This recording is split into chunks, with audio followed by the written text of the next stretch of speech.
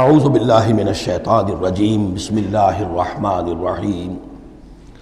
وَأُدْخِلَ الَّذِينَ آمَنُوا وَعَمِلُوا الصَّالِحَاتِ جَنَّاتٍ تَجْرِي مِن تَحْتِهَا الْأَنْهَارُ، اور داخل کیے جائیں گے وہ لوگ جو ایمان لائے اور جنہوں نے نیک عمل کیے ہوں گے باغات میں جن کے نیچے ندیاں بہتی ہوں گی، خالدین فیہا، وہ اس میں رہیں گے ہمیشہ ہمیش، بِإِذْنِ رَبِّهِمْ، اپنے رب کے حکم سے، تحیتہم فیہا سلام، ان کی گریٹنگز ہوں گی، ایک دوسرے کو دعائیں دینی ہوں گی سلام کی شکل میں۔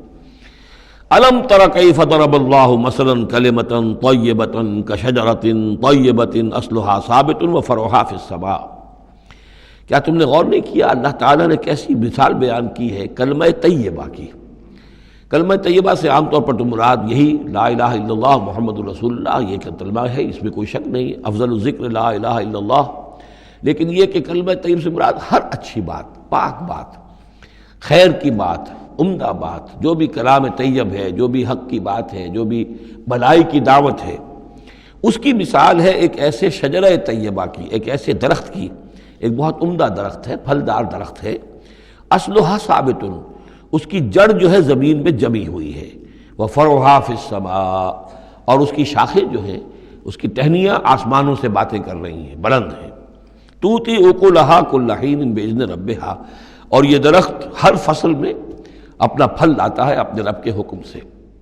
آم کا درخت ہے، فصل کا وقت ہے، آم لگے ہوئے ہیں، یا اور کسی چیز کا درخت ہے، اس کے اندر اکلھا، اس کا پھل جو ہے وہ آ رہا ہے متواتر۔ وَيَضْرِبُ اللَّهُ الْأَمْثَالَ لِلنَّاسِ، اور اللہ تعالیٰ مثالیں بیان کرتے ہیں لوگوں کے لیے، لَعَلَّهُمْ يَتَذَكَّرُونَ، تاکہ وہ اس سے نصیحت اخذ کریں کہ نیکی کا کوئی کلام ہو، نیکی کی دعوت ہو، نیکی کے لیے کوئی تحریک اٹھائی جائے، کوئی بھی کام کیا جائے، اس کی مثال اللہ کے ہاں اس طرح کی ہے جیسے ایک بہت ہی عمدہ درخت ہے، اس کی جڑ بہت گہری ہے، مضبوط ہے، اس سے مسلسل جو ہے مل رہی ہے، زمین سے نمو مل رہی ہے، اسے اس کے لیے خوراک آ رہی ہے، اور وہ پھیلتا جا رہا ہے آسمان میں، اس کا سلسلہ نہ معلوم کہاں سے کہاں تک پہنچے گا۔ آپ نے خیر کی دعوت دی، کچھ لوگوں نے قبول کیا، ان کے ذریعے سے وہ بات اور کہاں تک پہنچے گی، ان سے آگے وہ اور کہاں تک پہنچے گی، جہاں تک، جیسے کہ حدیث میں آیا ہے کہ جس شخص نے کسی نیکی کا آغاز کیا، اب وہ نیکی جب تک دنیا میں باقی رہے گی اس کے حساب میں بھی اس کا جو ہے جو ثواب درج ہوتا رہے گا، اور جس نے کوئی بری شے کا آغاز کیا، کوئی غلط حرکت اور غلط کوئی رسم شروع کی، جب تک وہ باقی رہے گی دنیا میں تو اس کے جو بھی لوگ اس سے گناہ کمائیں گے تو اس کا گناہ اس کے حساب میں بھی درج ہوتا رہے گا۔ اس کے برعکس وَمَثَلُ كَلِمَةٍ خَبِيثَةٍ كَشَجَرَةٍ خَبِيثَةٍ، ایک درخت ہوتا ہے جھاڑ جھکاڑ ٹائپ، وہ درخت نہیں ہوتا، جھاڑیاں سی ہوتی ہیں، مثال گندی بات کی ایسے ہے، گندی بات ہو، بری بات ہو، کلمۃ خبیثۃ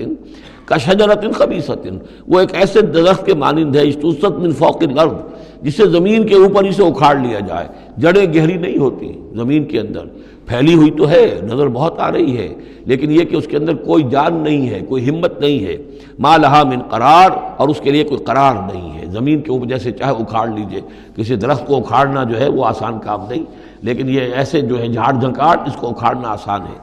گویا کہ اس طرح کی باتیں جو ہیں وہ پھیل تو جاتی ہیں،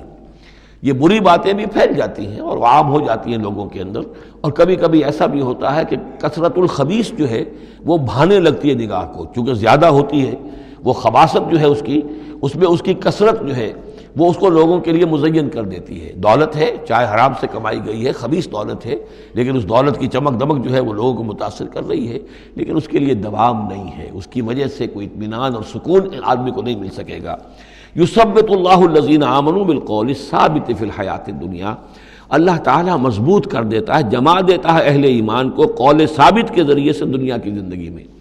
اللہ پر ایمان، آخرت پر ایمان، یہ یقین ہو تو دنیا کے اندر بھی وہ شخص جمع ہوا ہوگا، اس کی استقامت، اس کا صبر، اس کا حوصلہ، اس کے اندر جو بھی باہم کام کرنے کی صلاحیت ہوگی، اللہ تعالیٰ جمع دیتا ہے اہل ایمان کو بالقول الثابت، یہی قول ثابت ہے، اللہ پر، آخرت پر، رسول پر ایمان، پھر حیات دنیا و فی الآخرہ، اور پھر اسی کا ظہور آخرت میں ہوگا، اسی طرح انہیں ثبات آخرت میں جنت میں نصیب ہوگا۔ وَيُضِلُّ اللَّهُ الظَّالِمِينَ، اور ظالموں کو اللہ تعالیٰ بچلا دیتا ہے، گمراہ کر دیتا ہے۔ وَيَفْعَلُ اللَّهُ مَا يَشَاءُ، اور اللہ کرتا ہے جو چاہتا ہے۔ أَلَمْ تَرَ إِلَى الَّذِينَ بَدَّلُوا نِعْمَةَ اللَّهِ كُفْرًا وَأَحَلُّوا قَوْمَهُمْ دَارَ الْبَوَارِ، کیا تم نے دیکھا نہیں، غور نہیں کیا ان لوگوں کی طرف جنہوں نے اللہ کی نعمت کو بدل دیا کفر سے؟ اللہ نے انہیں ہدایت دی، اللہ نے نعمت دی، انہوں نے ہدایت ہاتھ سے دی اور ضلالت خرید لی، کفر اختیار کر لیا۔ اللہ نے رسول بھیجا، اتنا بڑا انعام کیا، اس پر اپنی کتاب نازل کی، اور یہ بدبخت اس کا کفر کر رہے ہیں، اللہ کے اس انعام سے اپنے آپ کو محروم کر رہے ہیں۔ وَأَعْلُوا قَوْمَهُمْ دَارَ الْبَوَارِ، اور انہوں نے اپنی قوم کو لا اتارا تباہی کے گھر میں۔ جیسے ہم نے پڑھا تھا کہ وہ فرعون جو ہے وہ اپنی قوم کا جلوس لے کر آئے گا اور سب سے آگے آگے وہ چلتا ہوا ہوگا اور سب کو لا کر جہنم کے گھاٹ پر آ کے اتار دے گا۔ اسی طریقے سے یہ لوگ جو ہے لیڈر لوگ وہ غلط راستوں پر چلتے ہیں اور اپنے اپنے عوام کو، اپنے متبعین کو وہ لے جا کر جو ہے وہ ہلاکت کے گھر پہ جا اتارتے ہیں۔ جہنم، وہ دار البوار، جو تباہی کا گھر کیا ہے؟ جہنم ہے۔ یصلونھا، جس میں وہ داخل ہوں گے، وبئس القرار، اور وہ بہت ہی بری جگہ ہے جائے قرار ہونے کے اعتبار سے۔ وَجَعَلُوا لِلَّهِ أَندَادًا لِيُضِلُّوا عَن سَبِيلِهِ، اور انہوں نے اللہ کے مد مقابل ٹھہرا دیے ہیں تاکہ وہ گمراہ کریں انہیں اللہ کے راستے سے۔ یعنی یہ جو ند کا لفظ ہے اندادا، یہ سورہ بقرہ کے تیسرے رکوع میں بھی آیا تھا، وَلَا تَجْعَلُوا لِلَّهِ أَندَادًا وَأَنْتُمْ تَعْلَمُونَ، تو ند کہتے ہیں مد مقابل کو، اور اس میں اس حد تک باریک بھی نہیں ہے کہ حضور نے فرمایا صلی اللہ علیہ وسلم، ایک صاحب نے ایسے ہی اپنی بغیر، یعنی یہ نہیں تھا کہ انہوں نے جان بوجھ کر حضور کو برابر کرنا چاہا اللہ کے، لیکن ایک محاورے کے انداز میں کہہ دیا ما شاء اللہ و ما شئت،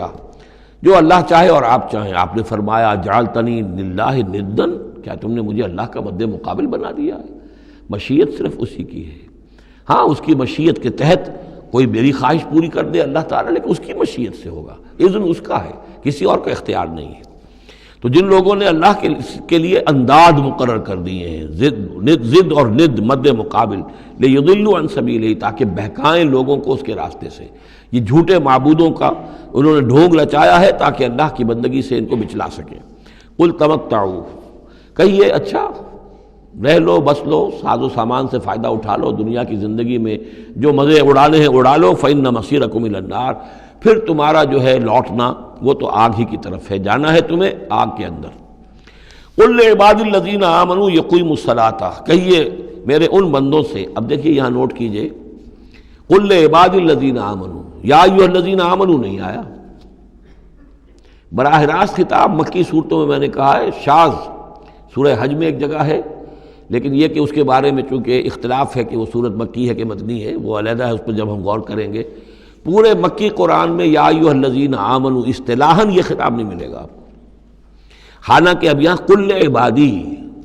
اے نبی کہہ دیجئے میرے بندوں سے جو ایمان لائے، یا ایھا الذین آمنوا کے بجائے۔ اب یہ کہ اس میں اللہ تعالیٰ کی کیا حکمت ہے، جو بات میری سمجھ میں آئی تھی وہ میں نے آپ کو بتا دی تھی